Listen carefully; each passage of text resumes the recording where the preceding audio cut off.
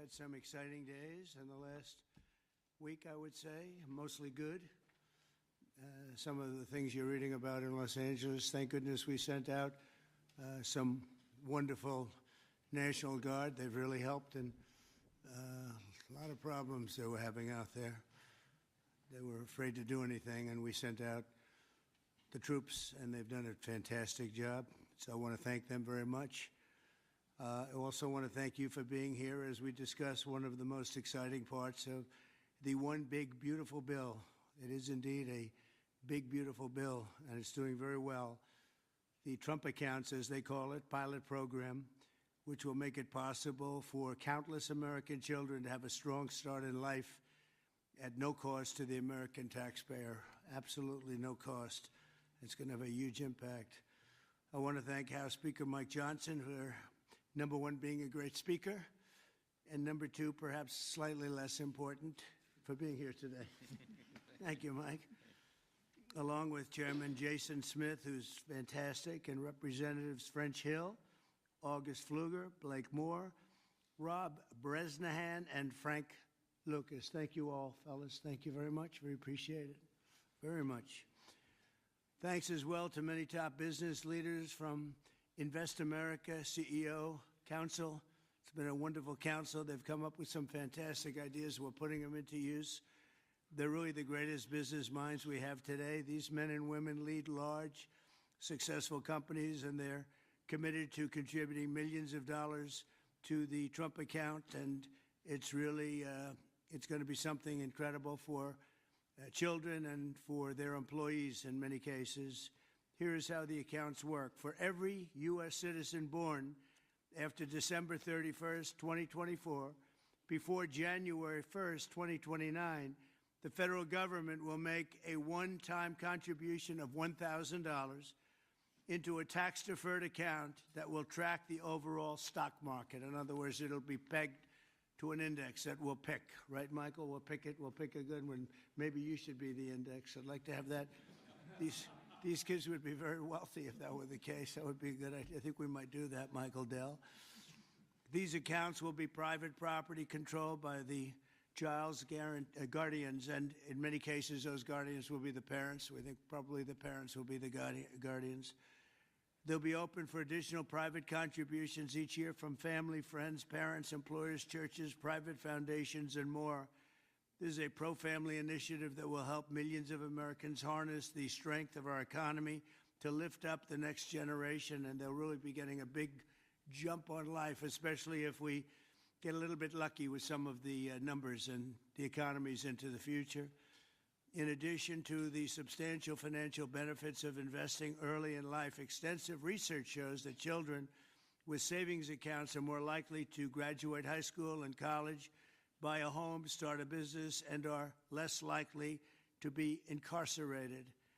Trump accounts will contribute to the lifelong success of millions of newborn babies. They are fully, and this will be very interesting, I think, for everybody to hear, they are fully funded through targeted reforms in the One Big Beautiful Bill, like the $1.7 trillion in mandatory savings, welfare reforms to stop waste and fraud, a 3.5% remittance tax, and more. And it's just a part of that. The One Big Beautiful Bill is among the most important pieces of legislation in our country's history. I don't think there's ever been anything bigger. And I think it's going to go down as certainly one of the most important things we'll ever have done. In addition to the largest tax cuts in the history of our country, including the most powerful border security measures ever, it delivers major economic relief to the American workers' families.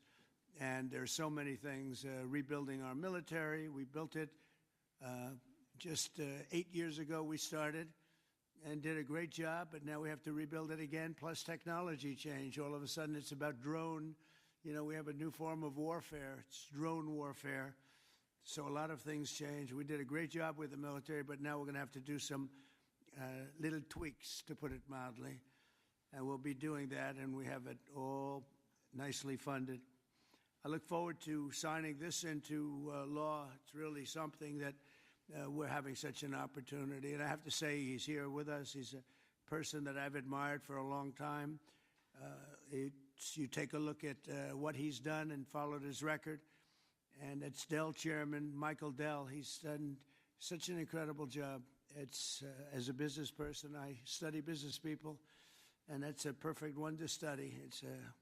It should be almost mandatory reading. So I want to congratulate you on that, and thank you for the idea, because you're the first one that really brought this to my attention. I know that you and your friends have been talking about it for a long time, but other presidents didn't get it done, Michael, right? So we got it done. Congratulations. Thank you very much. Sure. I want to also give some recognition to my friend Brad Gerstner, who helped get us all organized and that's right. And actually thank you very much. Good, Brad. Spearheaded this. Good. And also we have with us a very powerful man in the world of business, CEO David Solomon of Goldman Sachs. David, thank you very much. Thank you for having me here. Friend. Thank you. Thank you very much. Uber CEO Dara Khosrowshahi. Where is Khosrowshahi? Right here. Where? Thank you very much. That's a hell of a name, but you've done a hell of a job. So that's appropriate. And also, again, Chairman Smith for doing such a job. Nobody knows taxes better than Chairman Smith. When we have a problem, Mike, we go to see Chairman Smith, right? So I want to thank you very much, Dara and Chairman Smith. I appreciate it. So I'd like to begin by asking Speaker Johnson to say a few words, and I think then we're going to go to Michael Dell, David Solomon, we're going to go to Dara, and then to Chairman Smith. Thank you very much. Mr. President, thank you so much for your bold, visionary leadership. It is the key to all of this great success that we are achieving. And the One Big Beautiful Bill, it is not an overstatement to say it will be one of the most consequential pieces of legislation in the history of Congress. There's a lot in here. And by extension, or I would say it is an extension of the figure who I believe will be the most consequential president of the modern era, if not all American history, and that's the gentleman sitting to my left. So I want to thank you for that. Thank you very much. That's a beautiful statement. Huh? Well, I like him too. Thank you. It's a statement of objective fact, and every working American understands, I think, the principle behind this concept that we're discussing today. If you have a 401k, you understand the power of investing early for the future. Trump accounts take that same principle, and they apply it from the very beginning of Americans' lives. It's a pretty simple concept. The families that opt in will receive a one-time payment of $1,000 to a Trump account that parents can contribute to. It's a bold, transformative policy that gives every eligible American child a financial head start from day one. Republicans are proud to be the party that we always have been that supports life and families and prosperity and opportunity. And Trump accounts are all about setting up the next generation for success. For future Americans, this early investment could really be the game changer. It could be a difference. It could pave the way for paying their way through college or buying their first home or starting a business, even when they're young. So even $1,000 at birth will put these Americans in a better position than over half of American adults who sadly have no retirement savings at all. So this would be a remedy to that great problem. And it will encourage the free market. It will encourage investment and understanding of capitalism. All these things that we want to foster among the American people so that the economy and individual lives can flourish. Of course, none of this happens unless we pass our One Big Beautiful Bill through Congress. And we have at stake the largest tax increase in American history if we fail to deliver. And we will not have this rocket fuel to the U.S. economy, and that's why this is so very important. Passing this pro-growth legislation will help every single American. From Trump accounts, this is one of the components of it, to eliminating taxes on tips and overtime, to reducing red tape on Main Street. And the One Big Beautiful Bill is going to drive prosperity. It's going to create jobs across the country. It will make all boats rise. Wages will go up. Job participation levels will go up. We'll have more opportunity, more economic opportunity for more people. So you can climb up that ladder to the next step. The typical family with 2 children is going to see their take-home pay increase by up to $13,300 a year. That's real money to real people. This legislation is geared for hardworking Americans, and it is going to help everybody. And we are excited to deliver it. It can't happen soon enough. We are very close now to that finish line. After about 14 months worth of work that's gone into this, we're excited that we're almost there. Mr. President, thanks again for your leadership, to all the great leaders around this table for all that they invest to our economy and our country and its government. And I will, as we say in the House, I'll yield back. Thank you very much, Mike. I appreciate it. And again, for a great job. Thank you very much. Michael, please. Thank you so much, Mr. President. I believe this is an incredible moment for all of us here today, and it's wonderful to be with some of the leaders of the most successful companies in the world as we come together to invest in the future of our country. We see the Invest America Act and the establishment of these Trump accounts as a simple yet powerful way to transform lives. Decades of research have shown that giving children a financial head start profoundly impacts their long-term success. With these accounts, children will be much more likely to graduate from college, to start a business, to buy a home, and achieve lifelong financial stability. Dell Technologies is proud to be one of the very first companies to support the Invest America Act, a bill that provides every child with a $1,000 seed investment account at birth. This is a straightforward step with enduring benefits. Following your inspiring lead, Mr. President, Dell Technologies will match the government's contributions, dollar for every child born to a Dell team member. This isn't just a new benefit. This is an investment in our people, their families, our communities, and America's future. And it embodies our core belief that opportunity should begin at birth. My wife, Susan, and I, also through our family foundation, have been closely studying the Invest America Act. And assuming that it becomes law, we expect to make a very significant gift. We view this initiative as a powerful platform for philanthropic innovation aimed at helping children thrive wherever they come from, particularly those families who have been historically left behind. Mr. President, you articulated it perfectly. These Invest America accounts will give every new American child a genuine opportunity to participate in history's greatest engine of economic growth, the American economy. The funds in these accounts invested in American enterprise and innovation will grow over time into substantial nest eggs, providing support for education, home ownership, and starting families. The ability of families, friends, benefactors, and employers to match the government's generosity amplifies the life-changing potential of this initiative. Thank you, Mr. President, for your visionary leadership on this critical issue. These Invest America accounts will profoundly impact countless young Americans, ensuring they truly benefit from what Abraham Lincoln described as the right of every American, the right to rise. Thank you. Thank you very much, Michael. And we really have come a long way since you came to see me about 6 months ago with your beautiful wife. We had a nice talk. I said, that sounds pretty good. Let's think about that. And it's everybody I've spoken to about it, they can't even believe it. And because of great politicians and political leaders like we have, I think this is going to go quickly, very well and very quickly. So I appreciate it. Thank you very much. David Solomon, please. Thank you, Mr. President. I'm thrilled to be here with everyone and excited to participate in this important and timely discussion. I'd also like to acknowledge the efforts of so many in Congress on this very significant issue, and in particular the members here, and particularly the leadership of Senator Cruz and Representative Moore, who have played a big role in helping drive this forward. We also wouldn't be here today without the leadership of Brad Gerstner and Michael Dell in really having the vision, the energy, the passion, the commitment to help move this forward. So thank you both. There are many reasons why the United States has the largest and most dynamic and most innovative economy in the world. But one of the most important is the fact that our system of democratic capitalism incentivizes a culture that does not penalize people for taking risks. In fact, it incentivizes people to have a vision to go out and attract funding that's necessary to make their vision a reality. It is no mistake that many of the most important and innovative companies in the world today started in a parent's garage or on a college campus or in any one of a number of unlikely places in the United States. One of my worries is that our current and future generations of young people don't fully appreciate and aren't as educated as well as they can be on markets and capitalism. And while capitalism is not perfect, it helps fuel the American dream.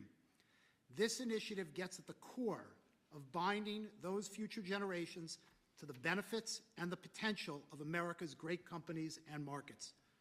Early childhood investments have far-reaching benefits, and Goldman Sachs is proud to support this initiative. This is an exciting opportunity for public-private partnership and for both communities and companies to invest in young people, the future of America. Once we see the Invest in America Act signed into law, Goldman Sachs would be excited to further support this Invest in America initiative.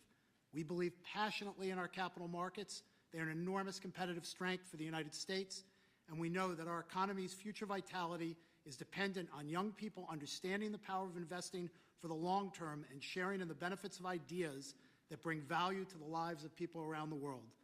Thank you, Mr. President, for helping drive this forward, and I look forward to continued partnership on this effort. Thank you very much, David. Dara, please. Thank you. Good afternoon, everyone. Thank you, Mr. President, for hosting us here today. It's an incredible honor to be here in a place that symbolizes the very opportunity that has defined my life. Thank you, Brad. Thank you, Michael, for your vision. We all strive to build something that lasts, and the Invest in America Act is a legacy that is going to last for generations. President Trump, thank you for your leadership. Your support is going to turn this powerful idea into a powerful reality for millions of young Americans.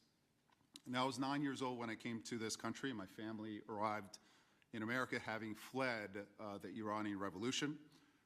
We had lost everything that we had built. But we gained something far more valuable here. We gained a chance to rebuild again.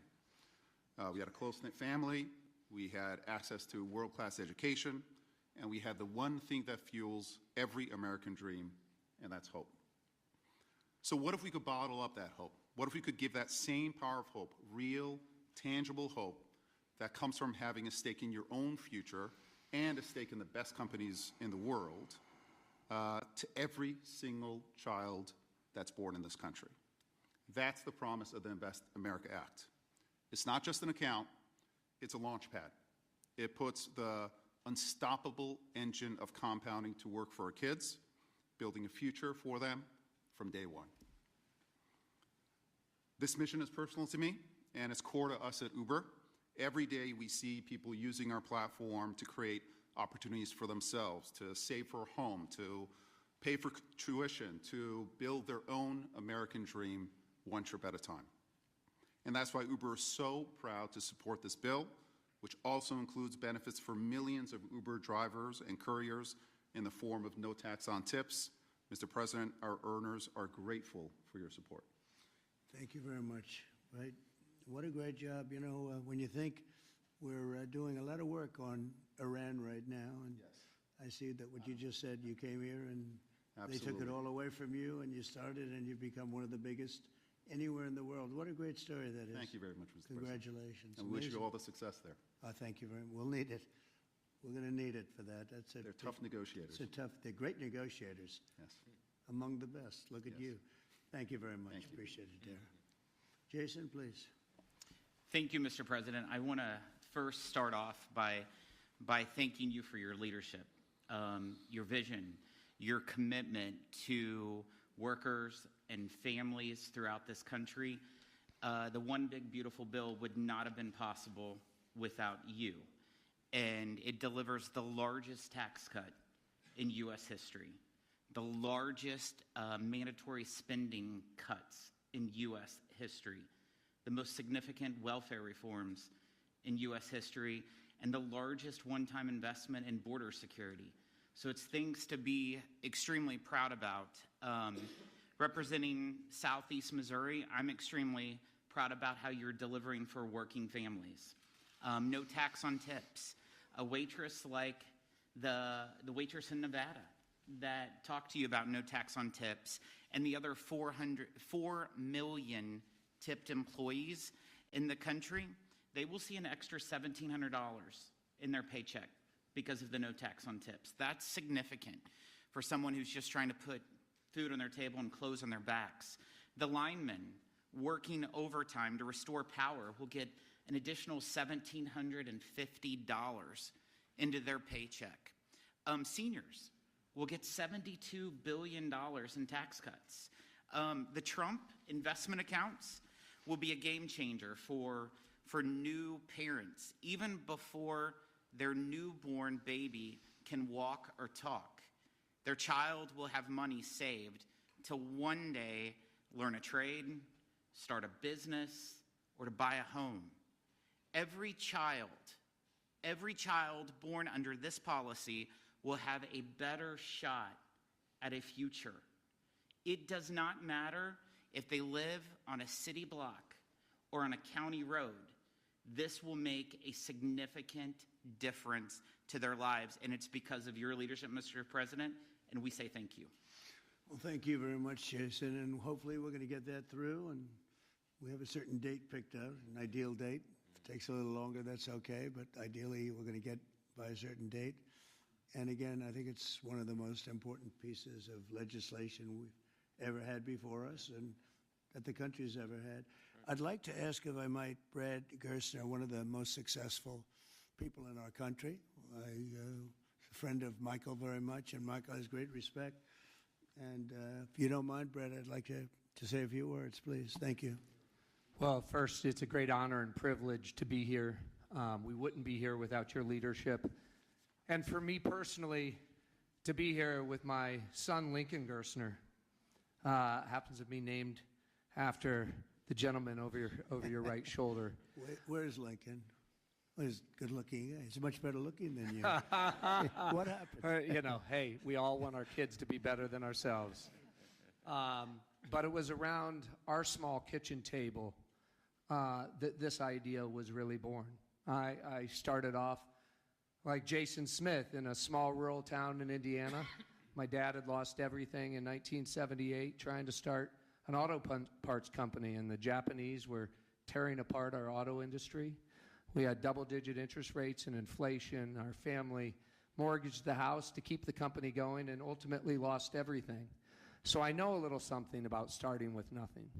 And I know what it felt like that first time you had a little skin in the game, where you thought you had a shot.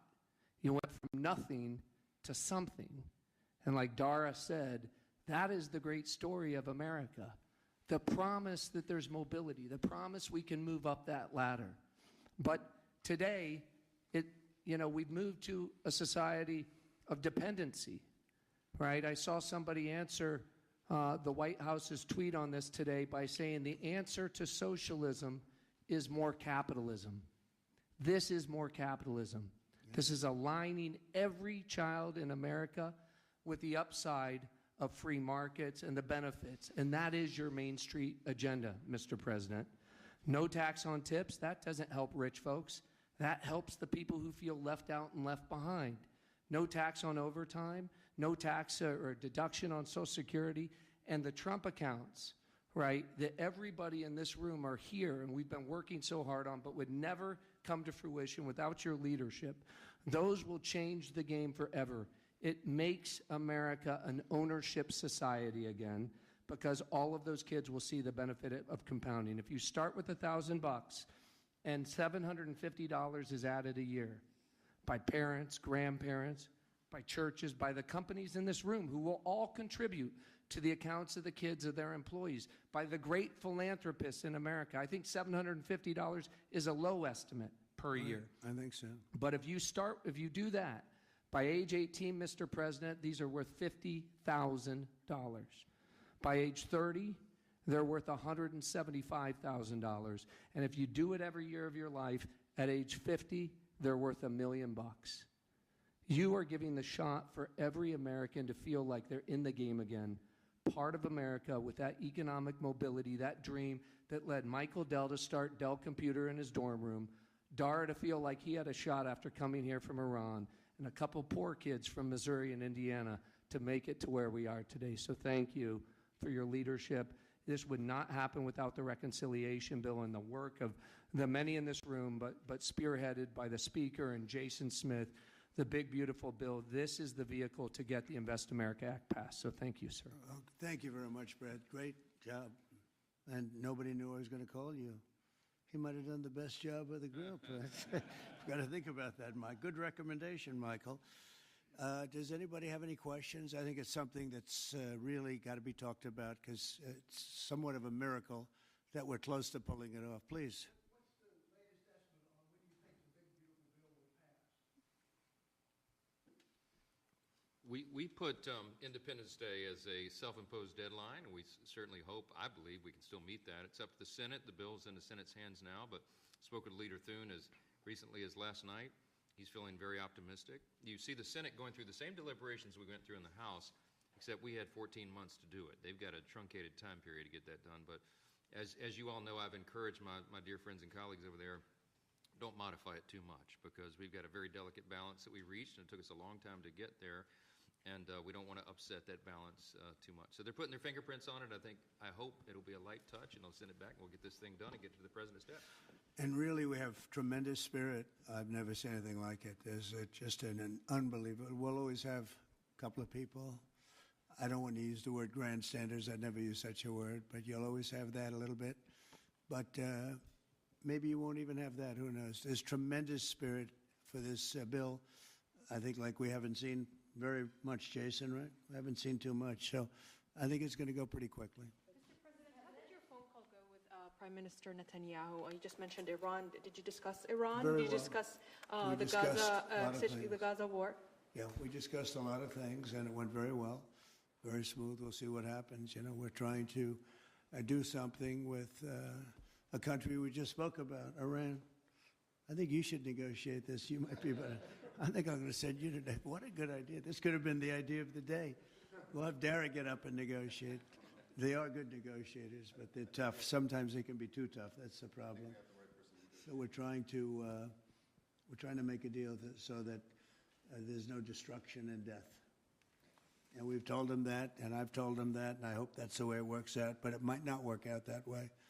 We'll soon find out. Yeah, please. Mr. President, in 2020, when you were talking about unrest in American cities, you said, quote, "We have to go by the laws. We can't call in the National Guard unless we're requested by a governor." What changed now? Why is this situation different to not consult with Governor Newsom about this? Well, the biggest change from that statement is we have an incompetent governor. So I talked about governors, but I didn't talk about he's an incompetent governor. Look at the job he's doing in California.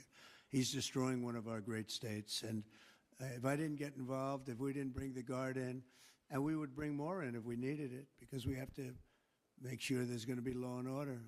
You had a disaster happening. And they now admit it was a disaster. I watched the chief yesterday, who's a good man, by the way, and he said, "Wow, we're lucky we did this because they were overwhelmed. You saw what was happening." So we did the right thing. Everybody agrees to that. But you have a governor who let the city burn down, didn't want water to be sent down to him. And I sent billions of gallons of water. I wanted to do it in the first term. He wouldn't do it over.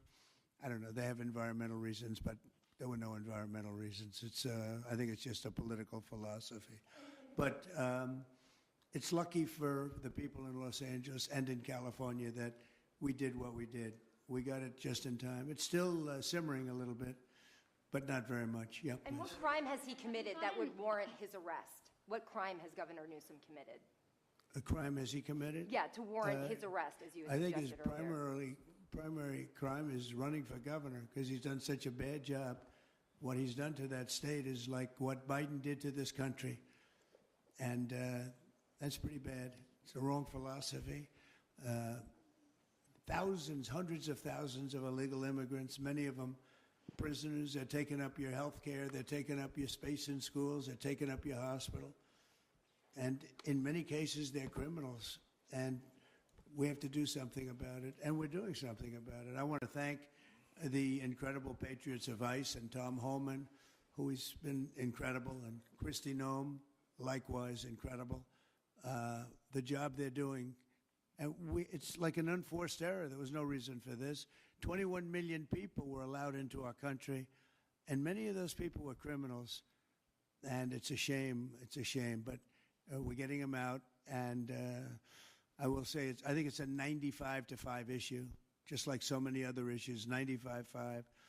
And the Democrats lost an election in a landslide because they're on the wrong side of the issues. I mean, it's not even conceivable that somebody would do the kind of things that he did. And then, you talk about projects. They want to build a train going from San Francisco to L.A., and it's costing hundreds of billions of dollars more than they thought it was going to cost. It's not even believable.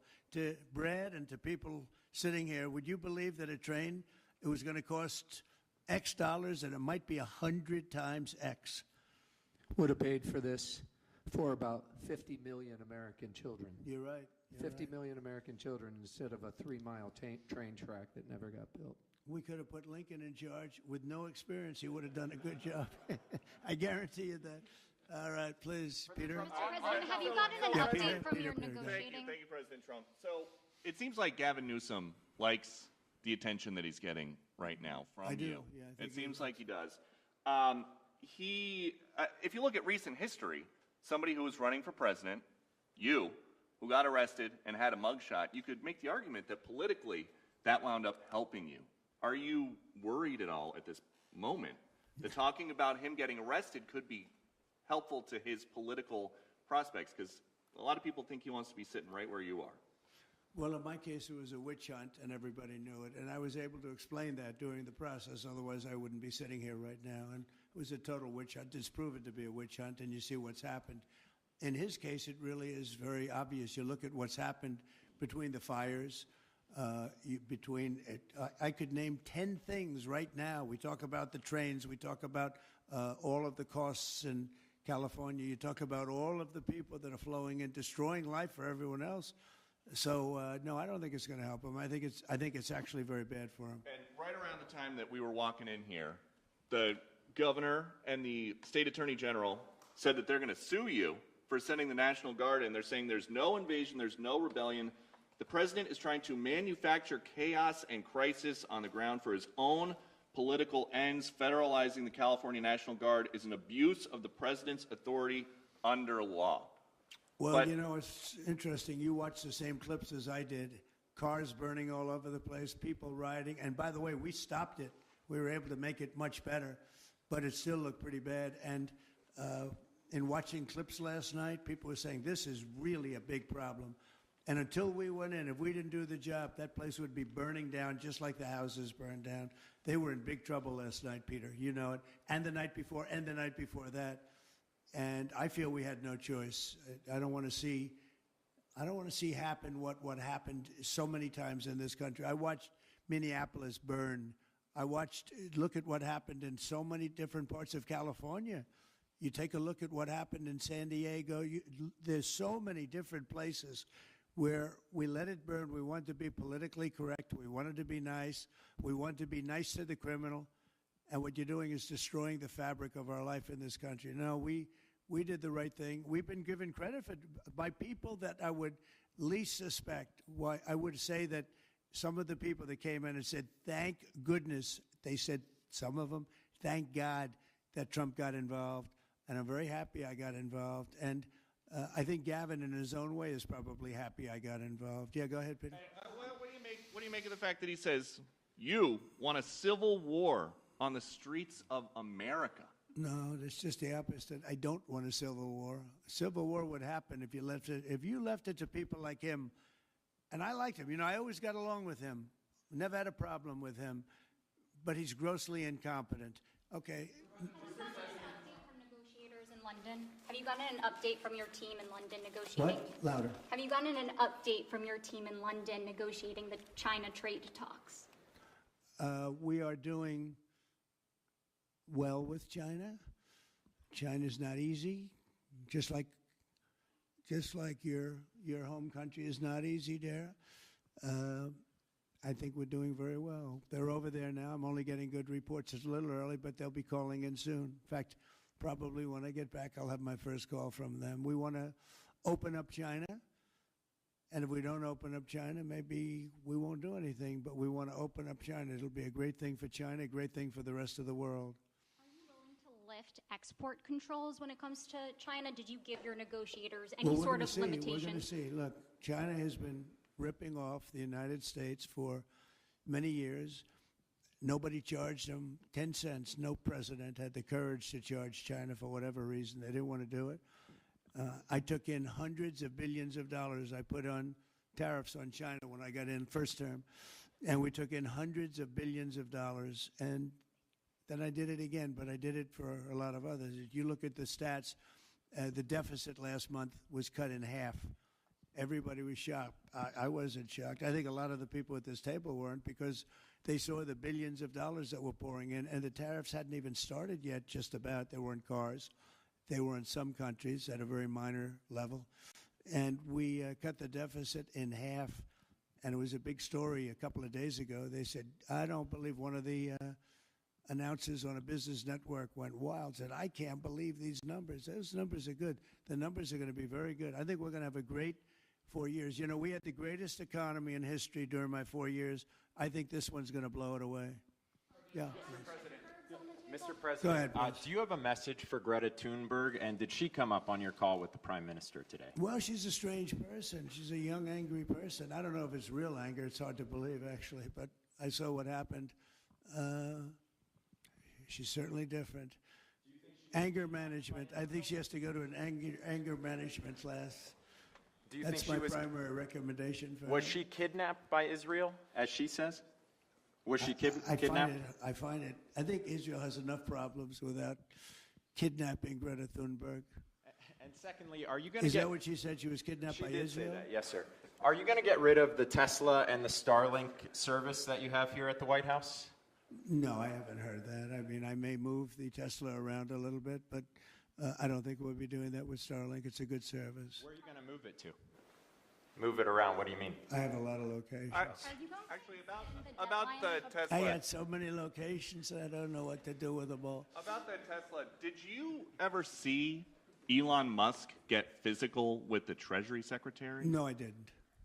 And I tried to They ask... did have an argument, but I didn't see I didn't see a lot of physicality there. And there was this New York Times report that he did not want to talk about, Elon Musk, that alleged that he, towards the end of his time in the White House, was blurring the lines between recreational use of drugs and medicinal. Do you think he ever had drugs here at the White House? I really don't know. I don't think so. I hope not. Look, I wish him well. You understand. We had a good relationship, and I just wish him well. Very well, actually. Yeah. About aid in Gaza, you mentioned now the flotilla.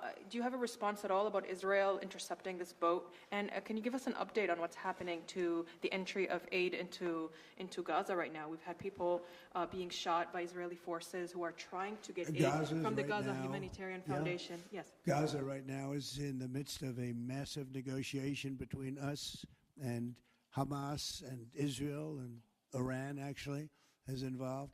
And we'll see what's going to happen with Gaza. We want to get the hostages back. That's all I can tell you. Yeah, please, in the back. I can go back to California briefly. You had said yesterday when asked by reporters that it was not an insurrection taking place, but then on Truth Social a bit later, you had said they were insurrectionists. After what you've seen You're now... talking about in L.A.? Yes, sir, in L.A.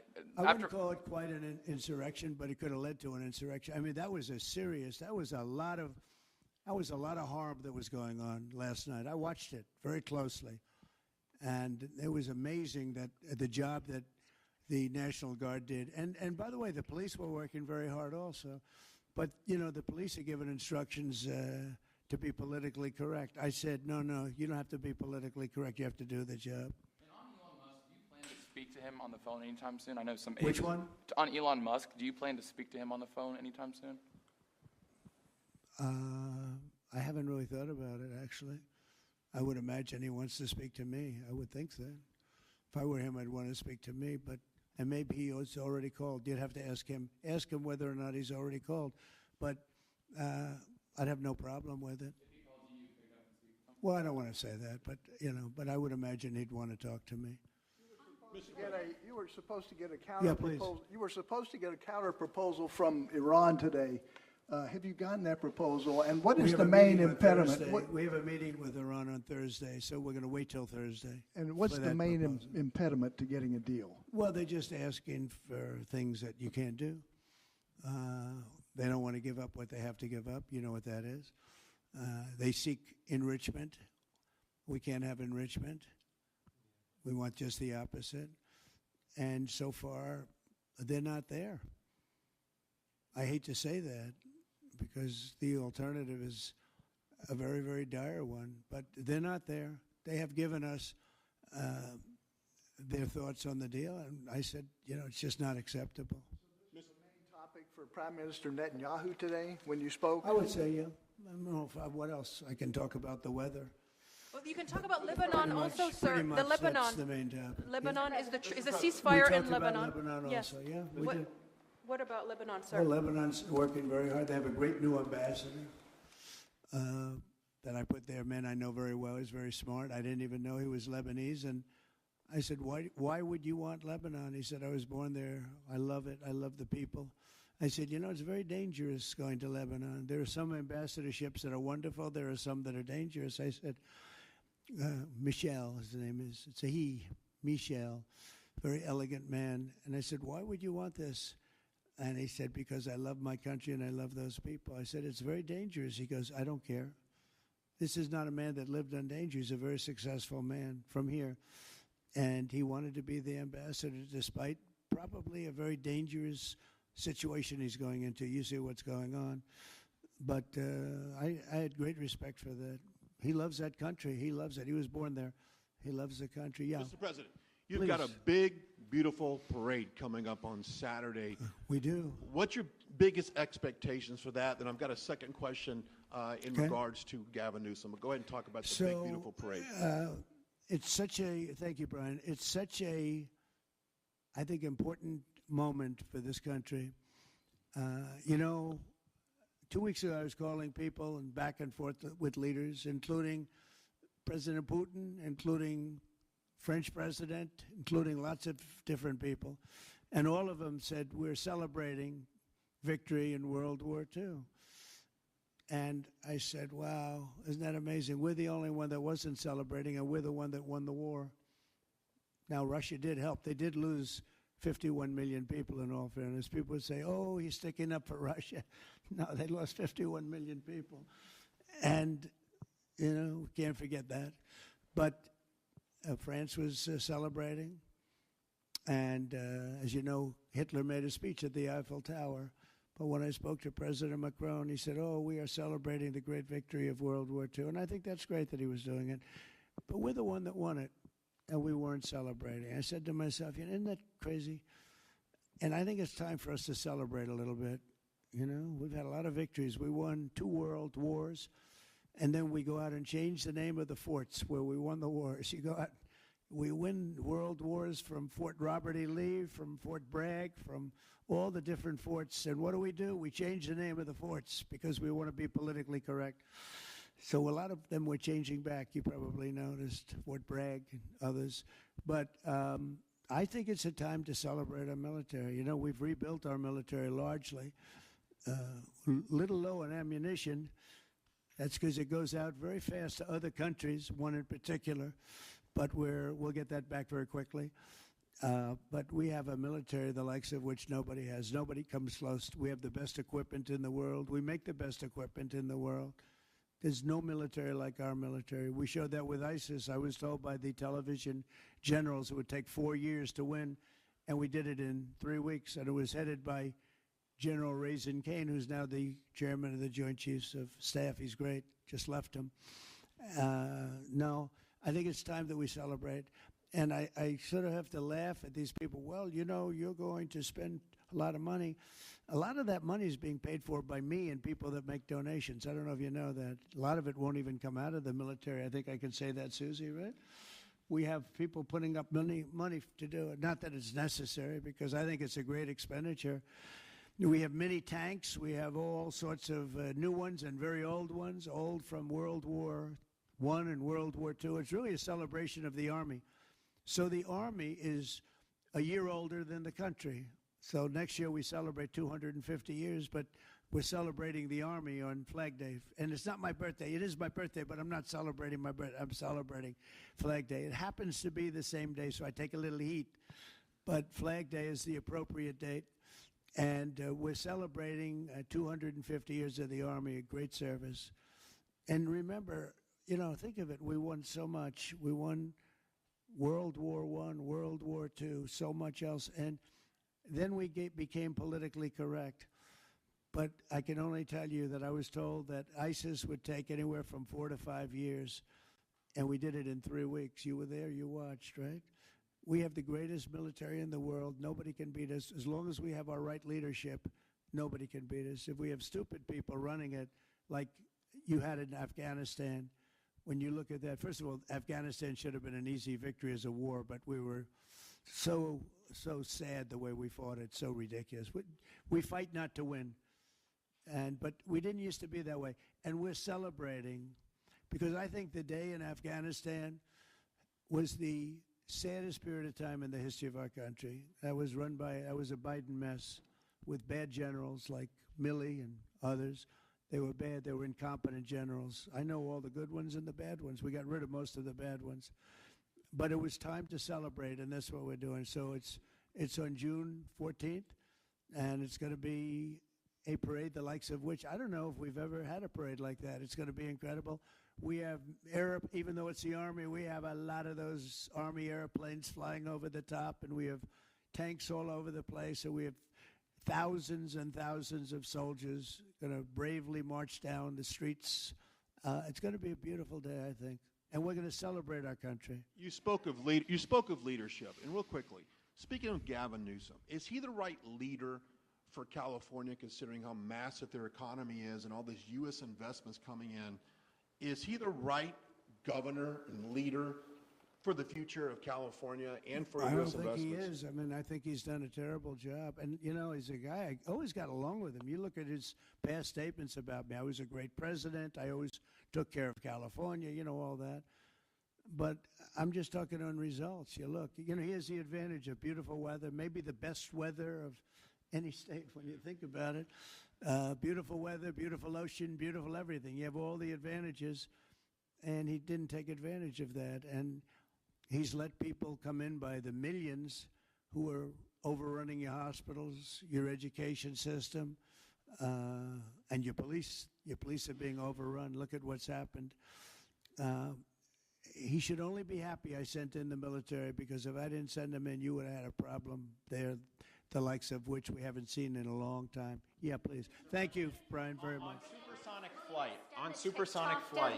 Supersonic? Yes, sir. I know you just signed an executive order on it. Do you want to see a supersonic Air Force One in the next 10 years or so? Oh, well, I don't care too much about that, but I would like to see, you know, if you think about it, flight, the word flight's an interesting word, but it's probably the only category where we've actually gone backwards, because we used to have the Concorde, and we could fly to London, Brad, very quickly and nicely. And today it takes you 2 times and 3 times as long. It's the only thing where we've regressed. By the way, the Concorde, to my way of thinking, to this day, Michael, because you're very much into aesthetics, I know, but to this day was one of the most beautiful pieces of art I've ever seen. It was a piece of art, the beauty of the Concorde. It was the most beautiful plane, but it was you know, got you there in half the time. Now you spend a lot of time, and there's no reason for it. Because, you know, they have the sonic boom. It's not a huge problem, but they have the sonic boom thing pretty well figured out. The technology changes, the change in the skin, the change in weight, all of the other things. There's no reason why we shouldn't do great. So we are making it possible for them to do supersonic and get us back on the track. I mean, think of it, 30 years ago, we actually had planes that flew much faster than we do now. It took you half the time to get to a location. So we've regressed, and we're going to progress. Mr. President, Mr. President. Sort of an amazing thing, isn't it, though? We've gone backwards. On Wall Street, they haven't done that. If Goldman Sachs was like that, you wouldn't have Goldman Sachs anymore. Mr. President, are you planning to deploy Marines? Are you planning to deploy Marines in California to address the situation in Los Angeles? Are you going to deploy Marines in California? We'll see what happens. I mean, I think we have it very well under control. I think it would have been a very bad situation. It was heading in the wrong direction. It's now heading in the right direction. And we hope to have the support of Gavin, because Gavin's the big beneficiary as we straighten out his problems. I mean, his state is a mess. And I'd like to get somebody involved in the rail, because, look, personally, it should have never been built, because you can fly there for $2, and what are you doing? They're doing that. You could drive. You could do lots of different things. You know, if they did a study, if you gave every passenger the finest limousine service in the history of our world, the most expensive chauffeur-driven, white-glove limousine service back and forth, we would have saved billions of dollars as opposed to building this monstrosity that's going up. And I've never seen anything. You know, I've seen cost overruns. I'm a I'm a person, I've always done well on cost overruns. I don't have them. But I will tell you, I have never seen cost overruns. You see them where they're 20% more, 50%, 100% more. These are thousands of percent. Nobody even knows. They have no idea. And it was supposed to be from San Francisco to Los Angeles. Well, they just made it way outside of Los Angeles. Where it's stopping in the middle of, I don't want to say nowhere because I happen to like one of those little cities very much, but it's way short of the destination. And our government is saying, you know, why are we involved in this thing? It's been handled so badly before him, but he really blew it. So, you know, all right, one more question. Speak to any of the discussions that were had there and the purpose of that retreat, your time at Camp David. What? Your time at Camp David, can you speak to what discussions were had there and the purpose of that retreat? Well, I don't want to speak to discussions. I mean, I told you what we were there for a little bit. We had discussions on many topics. We had a group of people, a large group of people, including generals and admirals and lots of others. And all I can say is our country's in great shape. We're in great shape economically. The bill that Mike and Jason and all the people are working on is going to be, I think, amazing. I think it's going to be one of the most important pieces of legislation we've ever had in this country. It's going to do things that you wouldn't believe. We're going to, you know, I have a very simple phrase. We ran an election on very simple words: make America great again. That's what we're doing. We're making it great. We're making it safe. We're making it beautiful. And we're making it very wealthy again. You know, wealth is okay. You need wealth to take care of lots of other people. We have to make our country better. It has to heal from 4 years of abuse. Our country was abused badly by a very incompetent person and a group of people that weren't incompetent, but they were radical left lunatics. And they ran the country with an auto pen. And I hope that law enforcement's looking at that very seriously. That's like a takeover of our country in a certain way, because this guy had no idea what he was doing. You saw that during the debate. You saw that in other cases. I mean, he had no idea. I saw it years ago. By the way, 40 years ago, he had no. He was bad 40 years ago. We're not just talking about. And they always like to say age, but it's not age. I know people 88, 89, 92. Bernie Marcus, who just passed away, was 95. I spoke to him a year before. He was 100%. It's not age. It's something else. But whatever it is, you can't have that in this country. The damage he's done to this country is unbelievable. But the good news is we've got much of it fixed already, and the rest of it will happen. Thank you all very much. Thank you.